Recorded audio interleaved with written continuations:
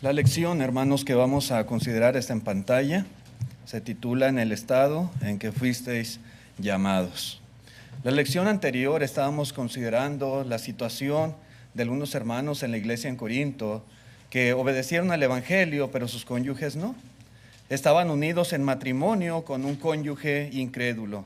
Y había inquietud en algunos en cuanto a si debían permanecer unidos en ese matrimonio o no, si debían de separarse. ¿Qué tenían que hacer? Pablo dice, hermanos, que sí, que deberían continuar, deberían permanecer en ese matrimonio. En cuanto dependiera del creyente, por supuesto que debían mantenerse unidos en sus matrimonios a pesar de las diferencias de fe y de las luchas que pudiera implicar su vida conyugal. Con el fin de ilustrar, con el fin de reforzar esto precisamente que el apóstol Pablo explica, él utiliza, ¿verdad?, algunas interacciones sociales en la vida de los hermanos en aquel tiempo para reforzar, repito, para ilustrar que sí, que ellos debían continuar con ese matrimonio a pesar de la diferencia de fe que ahora existía con sus cónyuges. En el capítulo 7, pero el verso 17 de la primera carta a los Corintios, dice la lectura de la siguiente manera: pero cada uno como el Señor le repartió y como Dios llamó a cada uno, dice, así haga. Esto ordeno en todas las iglesias. Fue llamado alguno siendo circunciso, quédese circunciso. Fue llamado alguno siendo incircunciso, no se circuncide. La circuncisión nada es, y la incircuncisión nada es, sino el guardar los mandamientos de Dios. Verso 20. Cada uno en el estado en que fue llamado, en él se quede. Verso 21. ¿Fuiste llamado siendo esclavo? No te dé cuidado, pero también si puedes hacerte libre, procúralo más. Porque el que en el Señor fue llamado siendo esclavo, liberto es del Señor. Asimismo, el que fue llamado siendo libre, esclavo es de Cristo. Por precio fuisteis comprados. No os hagáis esclavos de los hombres. Verso 24, cada uno, hermanos, en el estado en que fue llamado, así permanezca para Dios, para con Dios. Puede que alguien haya sido llamado siendo judío, otros fueron llamados siendo gentiles, unos circuncidados, otros incircuncisos, unos esclavos, otros libres. Pero cada uno, el punto de Pablo es, cada uno debía de aceptar ese estatus social actual y los lazos que ahora le acompañaban. No debían, por el simple hecho de ser cristianos, romper todo lazo en su vida social, en las relaciones que tenían. Entonces utiliza ejemplos el apóstol Pablo para explicar. Y vamos viendo más a detalle esto, hermanos. ¿A quién va dirigidos estos versículos? Todo esto que acabamos de leer. ¿A quién? Porque ese punto es importante para poder interpretar, para poder entender correctamente el mensaje que está dando aquí el apóstol Pablo. Como vimos, hermanos, en estudios pasados, en el versículo 8, se dirigió el apóstol Pablo a los solteros y a las viudas. Luego, en el versículo 10, se dirige el apóstol Pablo a los casados, a los que están unidos en matrimonio. Después, en el versículo 12, se dirige a los creyentes casados que habían obedecido el evangelio, pero que sus cónyuges no. Sus cónyuges son incrédulos. Y ahora comenzamos la lectura en el versículo 17. Y Pablo, hermanos, yo quiero hacer hincapié en esto. Pablo aún no termina de hablarle a esta última categoría de creyentes, ¿verdad?, de los cuales acabamos de mencionar desde el versículo 12. Todavía no termina Pablo de hablarles, de darles instrucciones a ellos. Aquellos que por su obediencia al evangelio han quedado ahora unidos en un matrimonio mixto. Y sigue dirigiéndose a esta categoría dentro de la iglesia del Señor. Algunos piensan que aquí hay un cambio de tema, pero no es así. Chequen bien toda la lectura, hermanos, detalladamente y se podrán dar cuenta, no hay un cambio de tema. Incluso algunas Biblias hacen una separación entre el verso 16 y el versículo 17, pero Pablo sigue dirigiéndose al mismo grupo de personas mencionadas del versículo 12 y sigue enfatizando el apóstol Pablo la misma instrucción. ¿Sí? Algunos hermanos de Corinto vinculaban el estado civil muy estrechamente con su relación con Dios y pensaban que de permanecer en un matrimonio con un incrédulo o con una incrédula, pues que su relación con el Señor se iba a ver afectada, perjudicada, que a lo mejor Dios ya no iba a estar contentos con ellos, que a lo mejor Dios se iba a desagradar de sus vidas ahora por vivir con una persona que no compartiera la misma fe. Pero el punto es, no es así. Y de una y otra manera el apóstol Pablo les explica, les detalla, les ejemplifica que no rompan ese vínculo matrimonial. Si su marido no se ha convertido, si su mujer no se ha convertido, sigan unidos en matrimonios con ellos. ¿Sí?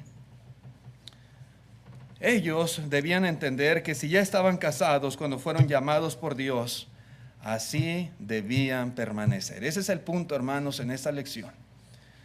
¿Sí? Así debían permanecer porque el Señor los llamó cuando ya estaban casados con un incrédulo. Así debían permanecer. Los tales no tenían que cambiar su condición matrimonial ahora que eran cristianos. El obedecer el Evangelio y someterse a Cristo, hermanos, no disuelve nuestra posición en el orden social. Repito, el hacernos cristianos por obedecer a Cristo no disuelve nuestra posición en el orden social. Se requiere, por supuesto, un cambio de estilo de vida, dejar todas aquellas prácticas, hábitos que son pecaminosos a los ojos de Dios, por supuesto que sí. Todas aquellas cosas que a través del tiempo nosotros hemos participado. Se requiere ahora, ¿verdad?, que somos cristianos, servir a Dios y hacerlo fielmente en todos los aspectos de nuestra vida, pero no se espera que abandonemos todas las circunstancias exteriores ordinarias de nuestra vida. En el versículo 17 dice, pero cada uno como el Señor le repartió y como Dios llamó a cada uno, así haga. Esto ordeno en todas las iglesias del Señor, dice el apóstol Pablo. Sí, hermanos, así los corintios debían de hacer y así todas las iglesias, incluidos nosotros. Esas instrucciones que está dando el apóstol Pablo no era particularmente para ellos nada más. Aplica para todos los cristianos en diferentes lugares y aún en diferentes épocas. Esta enseñanza es para usted y para mí. No se justifica, hermanos, cambiar el matrimonio por el celibato, por ejemplo. Decir, no, me voy a quedar mejor célibe porque mi cónyuge es incrédulo. No, tampoco, hermanos, dejar al cónyuge, ¿verdad?, repudiarlo porque él no ha obedecido al Evangelio, tampoco. Este es un punto muy importante que cada cristiano, cada cristiana debe saber. A veces uno predica el Evangelio a las personas y es muy bonito cuando obedece la pareja, cuando el matrimonio, aquí hemos bautizado a varios matrimonios y decidieron obedecer juntos el Evangelio y es muy bonito, ¿verdad? Y van de la mano y con los mismos propósitos y los mismos planes de servir a Dios. Pero ¿qué tal si los dos oyen pero nada más uno se bautiza? ¿No va a romper su matrimonio? Él va a seguir o ella va a seguir, ¿verdad? A lo mejor va a tener ciertos desafíos, pero eso no le justifica repudiar a su cónyuge. Es lo que está diciendo aquí el apóstol Pablo. Ahora, las ilustraciones que utiliza el apóstol son muy prácticas en cuanto a este. Utiliza dos ilustraciones para demostrar la permanencia en el matrimonio, aunque se trate de un cónyuge incrédulo. La primera ilustración que utiliza el apóstol Pablo es la circuncisión. Dice en el verso 18 nuevamente, fue llamado alguno siendo circunciso. Quédese circunciso. Fue llamado alguno siendo incircunciso. No se circuncide, dice el apóstol Pablo. Durante las primeras décadas de la iglesia, hermanos, la iglesia primitiva, hubo algunos cristianos judíos que continuaban siendo muy celosos todavía de la ley de Moisés y querían aplicarla de una manera incorrecta. A ellos se les llama judaizantes. Algunos enseñaban incluso que los hermanos gentiles, si querían ser salvos, necesitaban circuncidarse y guardar la ley de Moisés. Y lo enseñaban así, de esa forma. Pero Pablo dice, hermanos, aquí que si algún hermano estaba circuncidado cuando vino a Cristo Jesús, pues debía permanecer circuncidado y no tratar de quitar esa señal de circuncisión que tenía. Por otro lado, si algún hermano vino a la obediencia, conoció el evangelio, lo creyó, lo obedeció, siendo incircunciso, él no tenía que, ahora que es cristiano, circuncidarse. No, en el estado en que fue llamado, en ese sentido, así debía de permanecer. No había necesidad de hacer un cambio para poder ser acepto delante de Dios. ¿Sí? Eso es lo que está diciendo. El ser cristiano fiel, hermanos, no demanda tales cambios. De incircunciso a circunciso o de circunciso a incircunciso. No exige, no demanda de las personas hacer cambios como estos. Como judío o como gentil, la persona puede servir fielmente a Dios. ¿Sí? Definitivamente. El Señor no demanda. En ese sentido, en el estado que el Señor le llamó, así quédese. ¿Sí? ¿Te llamó siendo circunciso? Quédate circunciso. ¿Te llamó siendo incircunciso? Quédate incircunciso. Dice en el verso 19, la circuncisión nada es y la incircuncisión nada es. O sea, no te afecta ni para bien ni para mal en tu vida cristiana y en tu relación delante de Dios. No es nada, para Dios no importa. Dice, sino el guardar los mandamientos de Dios. Eso es lo que de verdad importa a los ojos del Señor. Cada uno, dice, en el estado en que fue llamado, en él se quede. ¿Sí? En él se quede. Y de la misma manera, hermanos, que la circuncisión, un cristiano con un incrédulo no es un problema delante de Dios. Así como estos aspectos físicos en los varones no afectan nuestra relación con Dios, es una manera de ejemplificar que la relación en un matrimonio de un creyente con un incrédulo no afecta su relación delante de Dios. No afecta. Ningún cristiano, hermanos, debería de tratar de cambiar su condición. Si así le llamó el Señor, así quédese. Así quédese. Ese es el punto, hermanos, que está tratando de usar el apóstol Pablo para ratificar lo anteriormente dicho.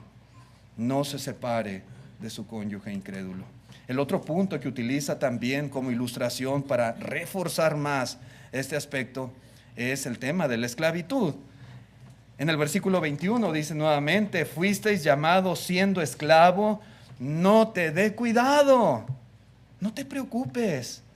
Pero también dice, si puedes hacerte libre, procúralo más. Y ahorita vamos a explicar esto. Porque el que en el Señor fue llamado siendo esclavo, liberto es del Señor. Asimismo, el que fue llamado siendo libre, esclavo es de Cristo. Por precio fuisteis comprados, no os hagáis esclavos de los hombres. Sí. Si algún hermano o alguna hermana en aquellos tiempos que había esclavitud, hoy sí, tal vez hay algunos países donde todavía pueda haber esto, pero casi en la gran mayoría en el mundo ya no hay la esclavitud como en aquellos tiempos. Pero si en los tiempos que Pablo escribe esto, algún hermano, alguna hermana vino a Cristo siendo esclavo, no debía preocuparse por esa situación. Estamos hablando aquí, hermanos, y Pablo está hablando espiritualmente. ¿Sí? Espiritualmente no debía de preocuparse, porque es que soy cristiano, pero soy esclavo. ¿Sí? No te dé cuidado, dice el apóstol Pablo. Ser cristiano no requería cambiar su estatus social de esclavo a libre. Dios no le estaba demandando eso. Dios no le está diciendo, es que si no te haces libre y continúas de esclavo, tú no vas a ser salvo, tú te vas a perder. No, Dios no exigía tales cosas a los hermanos que vivían en esa condición o ese estatus social de esclavitud. Ahora bien, en un sentido físico, no en un sentido espiritual, en un sentido material de nuestra vida en este mundo, si los hermanos esclavos podían obtener su libertad, si había alguna forma, algún medio, dice Pablo, procúralo. Pero no era necesario que fueran libres para poder agradar y para poder ser aceptos delante de Dios. Eso es lo que él está diciendo aquí. Los tales podían perfectamente glorificar al Señor con su vida de esclavo cristiano. Podían hacerlo, podían servir a Dios. Y hubo muchos hermanos en el primer siglo que eran esclavos. Dicen algunos comentaristas que de ahí que muchas veces las iglesias el primer día de la semana se reunían ya tarde, ya de noche inclusive, cuando ellos tenían la oportunidad y estaban libres para poder adorar a Dios y participar del pan, del fruto de la vida, porque eran esclavos muchos de ellos. Pero podían perfectamente glorificar al Señor con su vida de esclavo cristiano. Por otro lado, hermanos, como también explica Pablo aquí, si la persona es libre cuando es llamada por el Evangelio, pues eso tampoco tiene que ver con su aceptación ante el Padre Celestial. Qué bueno que es libre, ¿verdad? Que no lo atan unas cadenas o un látigo detrás de él, o que pues no lo forzan a hacer cosas, ¿verdad?, tan difíciles como pasaba con los esclavos. Pero al convertirse al Evangelio, dice el apóstol, llega a ser esclavo de Cristo. A lo mejor no va a ser esclavo de los hombres, pero recuerde, es esclavo de Cristo. ¿Sí? Lo somos, hermanos, y así debemos de vernos. Y de la misma manera que el esclavo no hace su propia voluntad, pues nosotros tampoco, aunque somos libres físicamente hablando, socialmente hablando, pero tampoco hacemos nuestra propia voluntad, sino que hacemos la voluntad del Señor, la voluntad de Cristo, quien nos llamó. El punto, hermanos, es que pertenecemos a Cristo Jesús, independientemente de nuestro estado social, de nuestro estatus, pertenecemos a Él, somos de Él, somos de Cristo Jesús, y así debemos de servir al Señor, ¿verdad? Dice nuestro hermano Wayne en su comentario de la primera carta a los Corintios, me pareció muy interesante esto, dice: ahora, si un carpintero es llamado por Dios por medio del Evangelio, ya que es cristiano, puede cambiar de oficio y llegar a ser un mecánico o un pintor. Dice, pero no lo puede hacer por ser cristiano. Ser cristiano no requiere tales cambios. Pablo no está hablando de casos de mejoramiento en las condiciones financieras de la vida. Está hablando en este contexto de no hacer cambios como requisitos de la conversión a Cristo. Mientras sea un trabajo honesto, hermanos, el Señor nos llama a cambiar. ¿Sí? La carpintería es un trabajo honesto, igual que el ser mecánico o el ser pintor. Pero no tiene que cambiar nada más porque ahora es cristiano.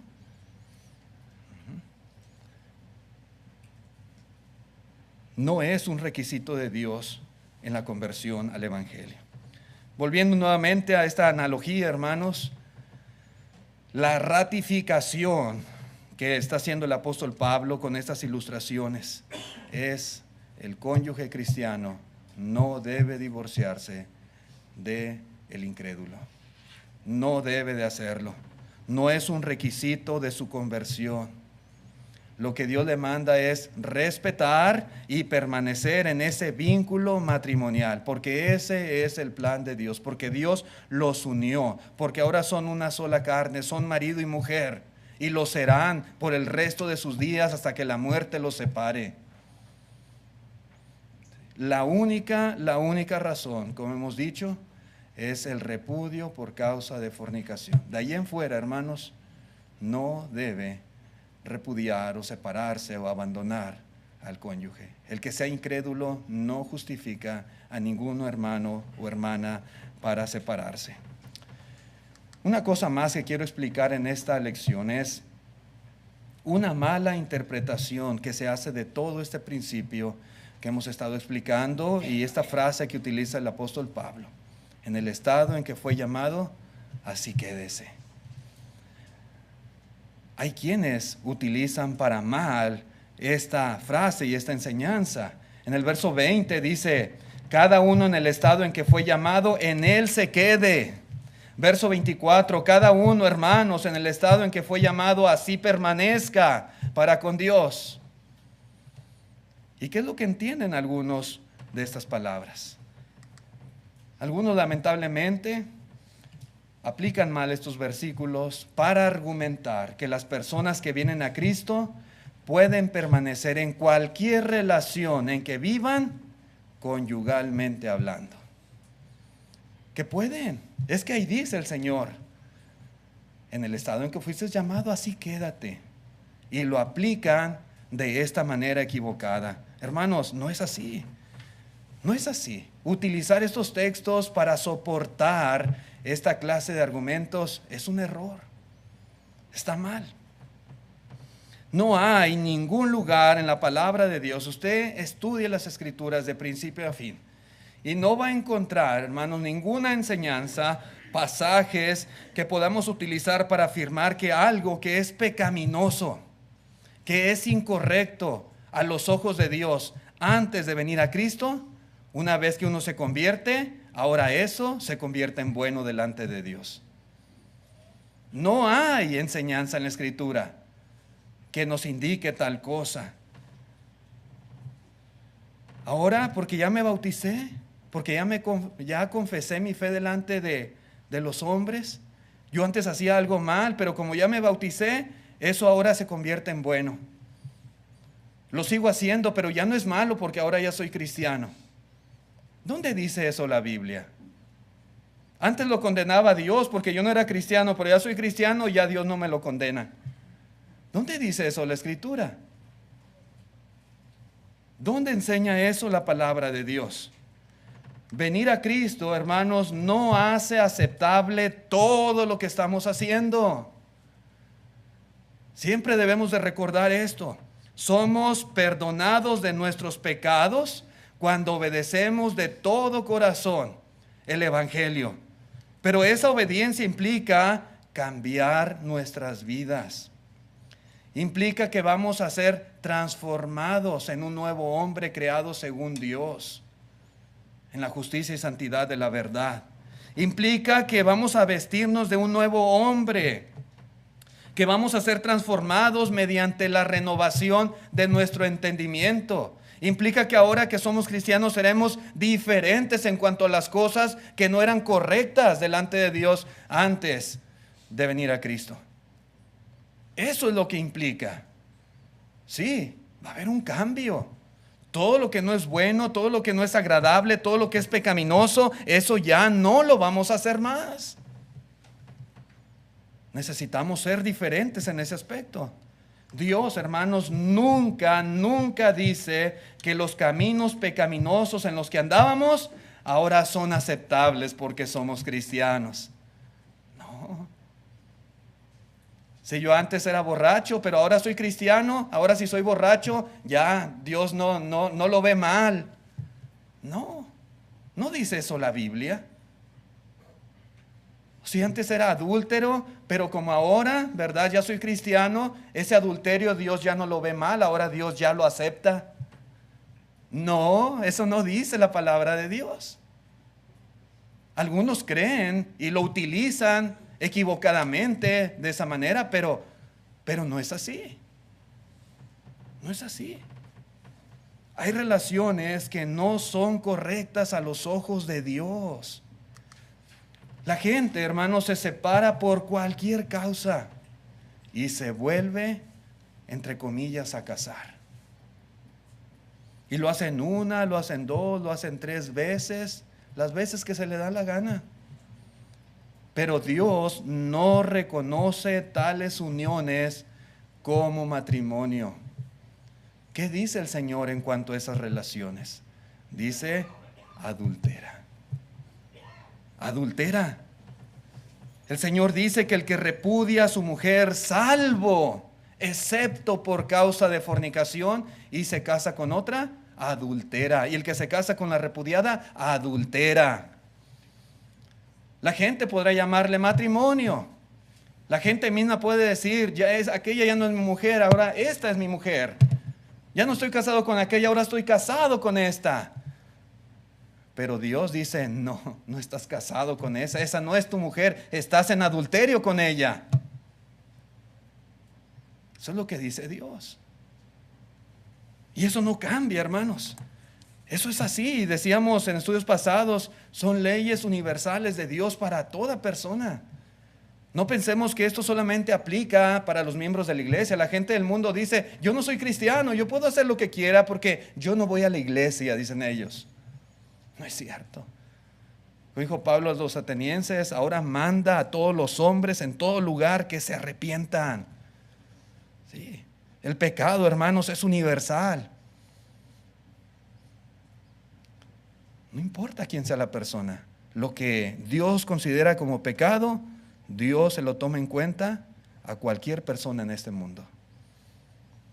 ¿Esté bautizado o no esté bautizado? Algunas personas dicen, ¿verdad? Hablando de este tipo de relaciones, ya segundas, terceras, cuartas nupcias, y con el que vive no es su marido, no es su mujer. Dice la gente, hermanos, algunos religiosos, si en esa condición te llama el Señor, así quédate con ella, así quédate con él. Pues así te llamó Cristo.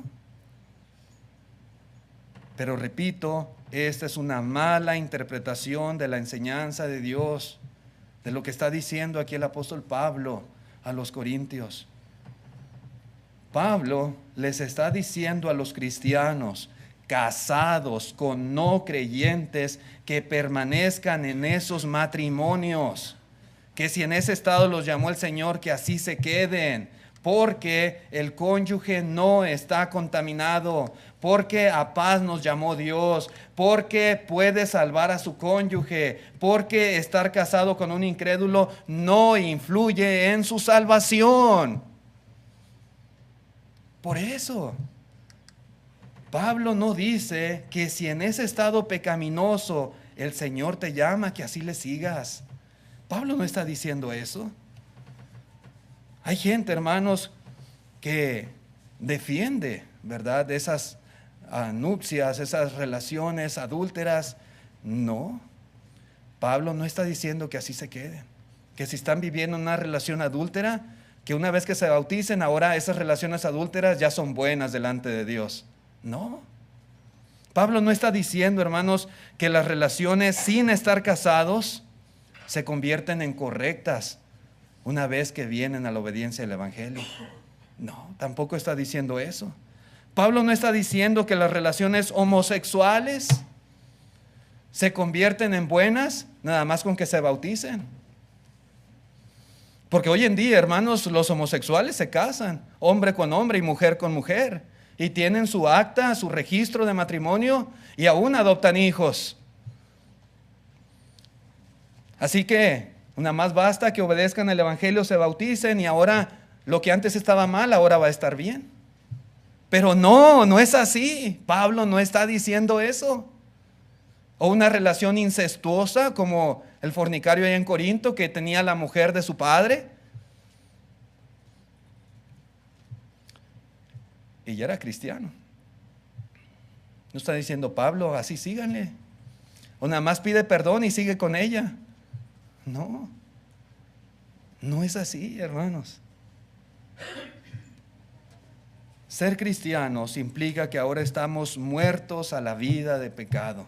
El pecado en todas sus categorías, en todas sus clasificaciones, lo que está mal delante de Dios antes de la obediencia al Evangelio, sigue estando mal después de la obediencia al Evangelio de Cristo Jesús. Si antes estaba mal que hiciéramos ciertas cosas, después de nuestra conversión sigue estando mal si lo hacemos. No cambia nada. No cambia. Dice en Romanos capítulo 6, versículo 1, ¿qué pues diremos? ¿Perseveraremos en el pecado para que la gracia abunde? ¿Vamos a continuar pecando? En ninguna manera, dice Pablo, porque los que hemos muerto al pecado, ¿cómo viviremos aún en él? Si hemos reconocido que algo está mal delante de Dios y hemos decidido venir a Cristo para que el Señor nos perdone, ¿cómo es posible que en nuestra mente esté el pensamiento, hay que seguir haciendo lo mismo que antes estaba mal? No, No podemos perseverar en el pecado. No podemos seguir viviendo en él. Dice el 3, ¿o no sabéis que todos los que hemos sido bautizados en Cristo Jesús, hemos sido bautizados en su muerte? Porque somos sepultados juntamente con él para muerte por el bautismo, a fin de que como Cristo resucitó de los muertos para gloria del Padre, así también nosotros andemos en vida nueva. Y cuando utiliza la frase en vida nueva, tiene que ver con este contexto: apartados, separados del pecado. El Señor ya nos perdonó, ya nos lavó, ya nos santificó. Si antes éramos adúlteros, ya no debemos de ser adúlteros.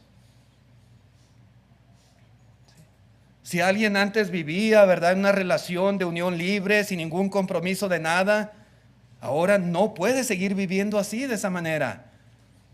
Tiene que hacer un compromiso si se va a unir en matrimonio con aquella persona y reconocerle a él como su marido, a ella como su mujer, y legalizar su matrimonio. Si alguien vivía en una unión homosexual y conoce el Evangelio y lo cree y se convierte a Cristo, lógicamente ya no puede seguir en esa relación. A lo mejor vivían en el mismo techo y eran, entre comillas, una familia de las que hoy se promueven. Ya no puede seguir viviendo así. Ya no. Lo que está mal antes del bautismo está mal después del bautismo.